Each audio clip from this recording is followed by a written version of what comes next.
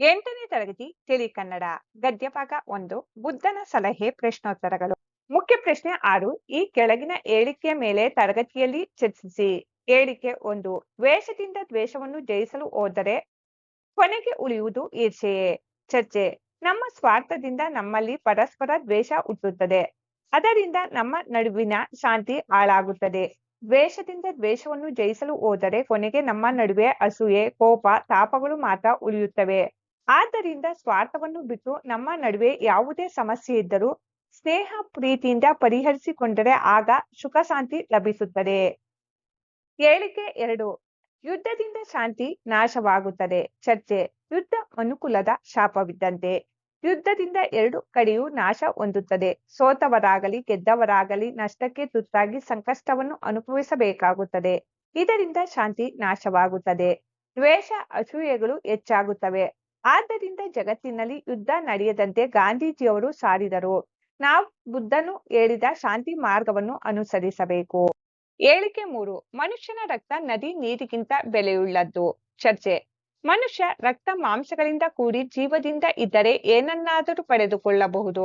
ಪ್ರಕೃತಿಯಲ್ಲಿ ದೊರೆಯುವ ನದಿ ನೀರನ್ನು ತನ್ನ ಹಿತಕ್ಕೆ ಬಳಸಿಕೊಳ್ಳಬಹುದು. ತನ್ನ ಜೀವವನ್ನು ಕಳೆದುಕೊಂಡರೆ ಏನನ್ನೂ ಸಾಧಿಸಲು ಸಾಧ್ಯವಿಲ್ಲ. ಆದ್ದರಿಂದ ಮನುಷ್ಯನ ರಕ್ತ ನೀರಿಗಿಂತ ಎಲ್ಲ ವಸ್ತುಗಳಿಗಿಂತಲೂ ಹೆಚ್ಚು ಬೆಲೆಯುಳ್ಳದ್ದು. ಹೇಳಿಕೆ 4. ಪ್ರಕೃತಿ ಜೀವಿಗಳಿಗೆ ವರವೇ ಹೊರತು ಶಾಪವಲ್ಲ. ಚರ್ಚೆ. ಪ್ರಕೃತಿ ಪ್ರತಿಯೊಂದು ಜೀವಿಗೂ ಬದುಕಲು ಅವಕಾಶವನ್ನು ನೀಡಿ ಅವುಗಳ ಅವಶ್ಯಕತೆಗೆ ಬೇಕಾದ ವಸ್ತುಗಳನ್ನು ಒದಗಿಸಿಕೊಟ್ಟಿದೆ. ಆದ್ದರಿಂದ ಪ್ರಕೃತಿ ಮನುಷ್ಯನಿಗೆ ವರವೇ ಹೊರತು ಶಾಪವಲ್ಲ. ಆದರೆ ಮನುಷ್ಯ ಅದನ್ನು ಸಮಾನವಾಗಿ ಹಂಚಿಕೊಂಡು ಶಾಂತಿಯಿಂದ ಬಾಳುವುದಕ್ಕೆ ಬದಲಾಗಿ ಸ್ವಾರ್ಥದಿಂದ ಅದರ ಮೇಲಿನ ಅಧಿಕಾರವನ್ನು ಸಾಧಿಸಲು ಪ್ರಯತ್ನಿಸಲು ಹೋರಾಡುತ್ತಾನೆ. ಇದರಿಂದ ಸುಖ ಶಾಂತಿಗಳು ನಾಶವಾಗುತ್ತವೆ. ಮಕ್ಕಳೇ, ಬುದ್ಧನ ಸಲಹೆ ಪಾಠದ ಕೆಲವು ಪದಗಳ ಅರ್ಥಗಳನ್ನು ಗಮನಿಸೋಣ. ಪದಗಳ ಅರ್ಥ.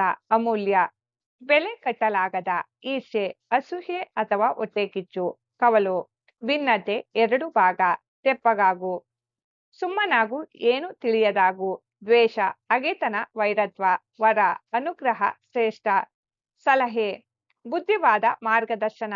ಸ್ವಾರ್ಥ, ಸ್ವಪ್ರಯೋಜನ, ಸ್ವಹಿತ, ತನಗಾಗಿ. ಅಸೂಯೆ, ಹೊಟ್ಟೆಕಿಚ್ಚು, ಉತ್ಕಟ, ಅಧಿಕ ಪ್ರಬಲವಾದ. ತೆಪ್ಪಗೆ, ಸುಮ್ಮನೆ, ಮಾತಿಲ್ಲದೆ. ದುರಾಸೆ, ಅತಿ ಆಸೆ, ಕೆಟ್ಟ ಬಯಕೆ. ನೆರೆಹೊರೆ, ಸುತ್ತಮುತ್ತ. ವಿಷಮಿಸು, ನಂಜಾಗು, ವಿಕೋಪಕ್ಕೆ ತಿರುಗು. ಸುಭಿಕ್ಷ, ಒಳ್ಳೆಯ ಕಾಲ, ಸಮೃದ್ಧಿ.